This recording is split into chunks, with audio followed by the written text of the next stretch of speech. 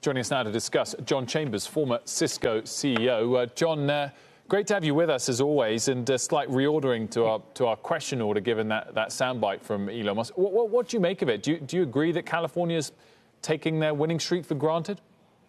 Yes, I do. I think there is no entitlement in this new world, that innovation can happen anywhere in the world, that when you have government and business and citizens working together, you're very likely to see the next Silicon Valley pop up, perhaps in Texas, if I had to bet on one state at the present time. I've seen this occur before in Boston 128, where the industry kind of took it for granted that we could continue to be the high-tech center of the world. And we ignored Silicon Valley. I was with Wang Laboratories at that time, to our peril.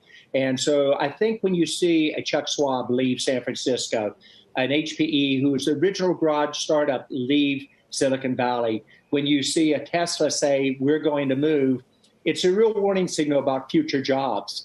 And if our state doesn't get back to a pro-business, pro-job creation, we may not be the leader in just as quickly as 3 to 5 years. Is it as simple, John, for a CEO as to focus on what the taxes are for the company, but also for employees? I mean, we had a story yesterday that Goldman Sachs is moving a few hundred only, but still a few hundred asset managers to Florida.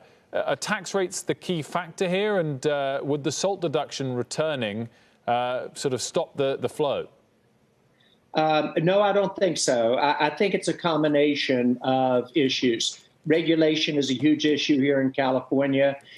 You saw the propositions that were voted on that the legislature had been supporting. All three went down. The voters voted against what the key trends were. So I think Californians realize if we continue down a policy of regulating business more, creating an environment that it's much easier to have your employees somewhere outside California, then we've got a problem coming at us.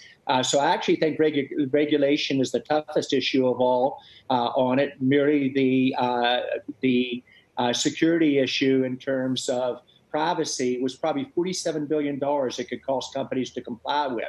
So I think the tax issue, regulation, an environment that doesn't make the businesses feel welcome. And I'd be surprised if in every boardroom this at least hasn't been a discussion over the last couple months. John, it's Sarah. I wanted to talk to you about the IPO environment and the SPAC environment. I'm surprised you yourself have not launched a SPAC. What do you think it speaks to, the fact that there's so much excitement and so much capital flowing into these early stage companies? Well, Sarah, I think you nailed it. If you watch the number of IPOs, we actually are setting a record this year.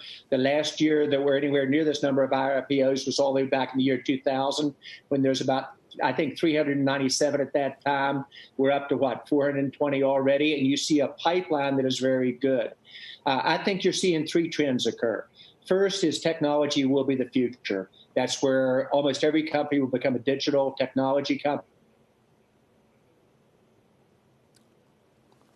We might have lost John there. He's frozen. Oh, he's back. John, we lost you for a second. Just rewind 20 seconds for us. It's the most brilliant thing I said today. Anyway, I was talking about trends. I'm very bullish about the trends of IPO. This has been the most increase we've seen since the year 2000, when there were about 397 IPOs, if I remember right. We're already at 420. The pipeline is very good, guys.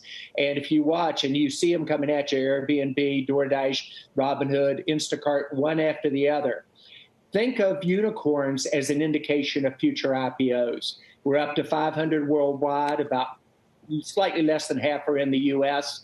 The number is increasing at 60 to 100 per year in terms of the pipeline of that. Within my own portfolio, I have 3 unicorns and 3 to 4 more out of my 18 companies that will probably be unicorns in the next 2 to 3 years. So you're going to see more IPOs. The pipeline looks really good. And you're seeing a tremendous amount of cash, to your point, Sarah, that is available in the market. The local banks probably have 50% more cash than they did just 2 years ago, because the tech companies are raising money and have a pretty good arsenal for the future.